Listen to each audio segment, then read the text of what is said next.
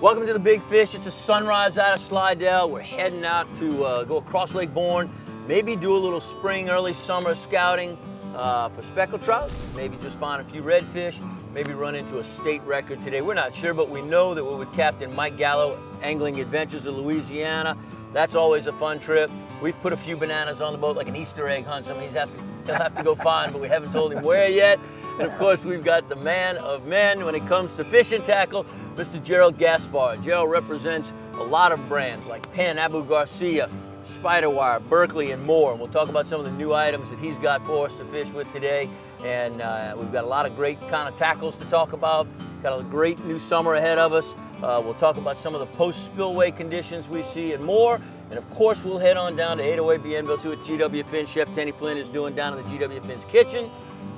And I'm sure before this show is over, we'll have other things to offer that I'm just not aware of yet. So I tell you what, let's talk real quick. I have sunscreen in my eyes, and I hate when that happens. Mike, talk about conditions. Conditions? Conditions. You got sun conditions. Perfect you got conditions to find some clean water and some fish. And that's hopefully what we're going to do. Well, what you've been seeing? I mean, cover a lot of territory. How has the river water affected the lake area now that it's been closed for quite a while? Yeah, the spillway was closed mid-April, and generally speaking, over the last several openings, I've started to catch fish in the lake 40 days after it closed. That's the magic number, 40 days. That's what works for me. That puts us in third week of May, so we'll see. Usually the lake is decent on trout fishing until June, maybe mid-June. So we'll see if that holds true. If not, they're going to move east, and we're going to go east looking for them. Today's the kind of day where we got calm conditions. We can cover a lot of territory to find that clean water Holy Trinity and go from there. There you go. Of course, we'll go past the marsh looking east, and if all of that backfires, we can fall back into the marsh, and Mr. Redfish will be there waiting to greet us. Mr. Redfish is waiting. Gerald, Mike and I have been using the Havocs. We both have our favorite colors, and having some great success with the Grass Pig Juniors.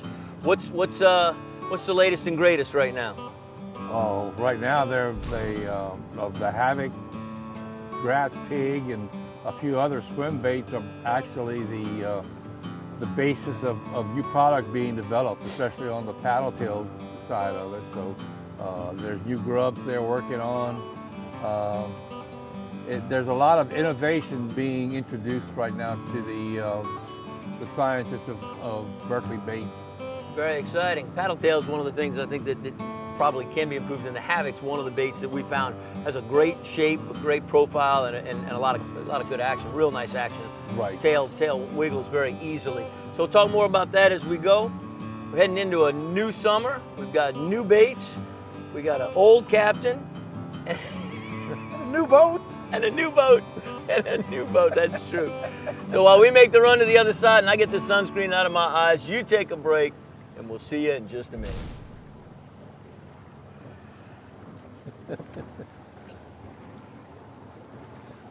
You catching one over there, Gerald? I do now. Fish on. Got fish on. Feeding boil right behind you. Little red. Looking red. I'm coming, Gerald. Wear him out so he's tired when I get there. Or you're tired, or one of them tired. It don't need to be adjusted. It's just like it is. Boom. Perfect size redfish right there. Good eating, good fighting. You seen? You saw some wakes? I saw some wakes. Well, when he said the grass, I threw over there the second time. Come here, big boy. And then when he said, "Did you have him yet?" I said, "He had just made There's a run for it." There's another one, CT, 45 degrees off the back corner. All right. Straighten that hook a little bit. What is that? That's the mantis shrimp. Mantis shrimp. They're moldy. There you go. Very With that nice. chartreuse tail. I figured with the color of the water. A little contrast. Good looking fish. Beautiful fish. Got a good fight. This boat has too many bugs, Mike. Yeah. Gotta get that looked at. Yeah, when the wind stops, in the spring especially, the gnats will be your buddy. Well, we started on the inside of 3 Mile, caught the one red Gerald caught, and just found the water really dirty, natural bad. Wasn't a lot going on. There was some bait, but didn't seem like wasn't a lot to keep you there. So we just decided to make a big run. And we moved on the very outside edge, eastern edge of the Biloxi Marsh, fishing some of the broken islands along the marsh itself, not far from Fishing Smack. Big boy. 10-pound Berkeley fluorocarbon. We're about to catch a 20-pound fish. I have to take my time. There he goes. Woo-hoo-hoo-hoo. Careful now, Gerald.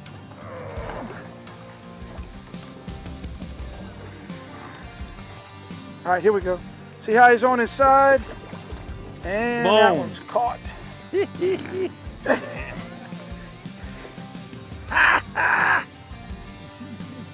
Little tiny dot on its tail. You ready?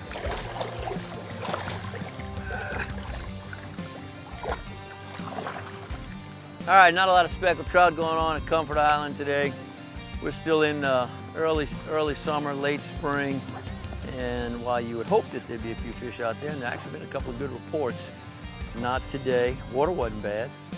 So we moved back up into the Biloxi Marsh, put some redfish baits on. This is a Nemesis, a big old hook, just so I can catch big old reds. And we'll work this pond a little bit, see what we can find. Gerald's wearing them out.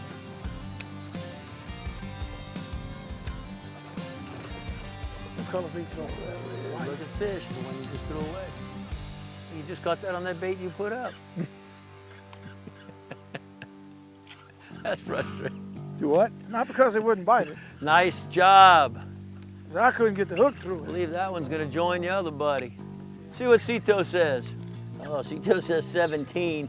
Sorry, bad boy. All right, Gerald. You just need to catch. I need a cork and a gulp. How much is the rent on a cork and a gulp? 13 more, and you can go. You can go home. Under. Gerald, where's your cork? I don't need the water. There you look. In the middle of nowhere. Oh, he's got it. Nice job, Gerald. Gotta go our fish. Trout. It's a Oh speckled. my goodness. Oh, jeez. Gerald casting in the middle of the pond and coming up with a 16-inch speckled trout. Oh. I'm gonna catch this one for about 30 minutes since I hadn't caught any other ones. Just take your time to enjoy it. I need to get my. You called it nicely. You called it nicely. I saw him coming down that shoreline. You gonna flip him or you need a net? No, I'm not flipping him. It's my world-class rod. You kidding me? All right. Look Bring at that him over grass here. pig stuck in his lip. Whoop! I have caught a fish. A keeper, a beauty. Fishing is never dull when speckled trout and redfish are scattered through the marsh. But all that work can work up an appetite, and nobody handles hunger like our own Chef Tenny Flynn. Today, he's in the G.W. Finn's restaurant doing red snapper cooked like a pompano. All right, we're going to do a version of a dish today that was actually invented in New Orleans at Antoine's. And I should have my dates straight, but I think it was in the middle 1800s. And this was to honor a balloonist. So they came up with the idea that we're going to serve fish in a puffed up bag like a balloon. It's called in papillote, which just means in paper. We're going to do one in paper, and we're going to do one in aluminum foil, which is not quite as fancy looking service-wise, but does the same cooking method. I've got red snapper today, and most things we skin, but the snapper we scale. A little salt and pepper on both sides. I'm going to start this skin side down because I want that skin to be nice and crispy. Dredge it in the flour. I've got a preheated pan, tablespoon of oil, tablespoon of butter. I've got spinach, I've got oysters, I've got Pernod, I've got tarragon, I've got some mushrooms. So we're going to put this all together with our snapper. and cook it in a bag. All right, skin side down. Denny is cooking a camp-style version of pompano and papillote. Well, he's using a red snapper instead of pompano, foil instead of paper. But even now, it smells amazing and it's looking great. Pompano in a paper bag or red snapper in foil, GW Fins is always a treat. In the meantime, Mike, Gerald, and I are working up an appetite, cranking in a boxload of fish from the Biloxi Marsh. Well, I got some color on my snapper skin now. I'm going to turn that over. Let that cook for about 1 minute. A little bit more of the Pernod, and add about 2 tablespoons of cream. And then the juice that's come off the vegetables and the oysters and everything is going to mix in with that. So I'm going to put a piece of fish right kind of on the, a little bit away from the cut, but not too much. Leave myself some room for some garnish. And I want to put some colorful stuff on top because that's what's going to show up on the dish. A little bit of sauce. You see how that sauce thinned out. In making the folds, I want to start at the round end. I'm going to give it a pretty good fold. I'm going to crease it and continue that all the way down. We're going to do the same thing with the foil now. I don't have to worry so much about this leaking because foil holds together better than paper. I'm going to put this in a hot oven. We're going to check it in about 8 to 10 minutes. All right, our 10 minutes are up. Let's take a look. The bags are puffed up nicely. We're going to call that done. Tell you, that does look good to eat. All right, so we have red snapper and papillote. Red snapper and furl paper from GW Fins. GW Fins has dinner items so fresh they print a new menu daily. Give them a call and tell them CT said to give you the best seat in the house. Singing. Uh-oh. You done made him mad. He done figured it out. He's on the end of the string. It's a big trout, CT. Nice trout. Big red trout with 1 dot on it. Any day now, Mike. I was trying to get him head first. I wouldn't have netted him if he was bigger than mine. Yeah, right. But since he's not, Oh, I don't mind netting him. Wait, let's go find that. Wait, what? I thought it was 15.5 inches. All right, I've been using a Texas rig all day. A weedless Texas rig. And getting a little grass on it, getting a little, especially the snot grass. And I'm not saying this thing's perfect, but this is a death grip, Z-tackles, little, we call it a toothbrush. Got a little brush at the top. Oh, no. And it really does a nice job of keeping the grass out and allowing the bait to flop around. And hook's stiff enough, it holds onto a big red like that. So I wholeheartedly like it.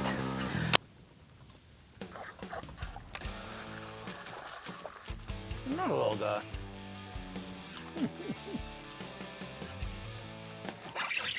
Fish on in the front. Wait, mine's a speckled trout. Oh my goodness. Mine's a speckled trout. Chicho rulers say almost 13. Ah. Here, take it. You gotta catch one on camera. Here, take it. You gotta catch at least one. You're just blocking me from that cut. That's all you're doing. Just get out of my cut. What are you talking about? Hang on. I'm trying to... Give me half a chance here. That's a good looking fish too. We better focus on that. Don't lose it like the last one. He is pretty big, huh? This is a pretty one.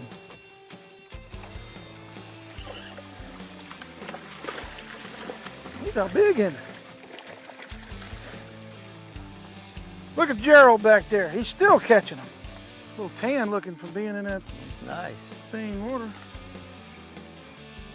Got a busted top lip there. Yeah, but we're gonna make that better right now. Oh.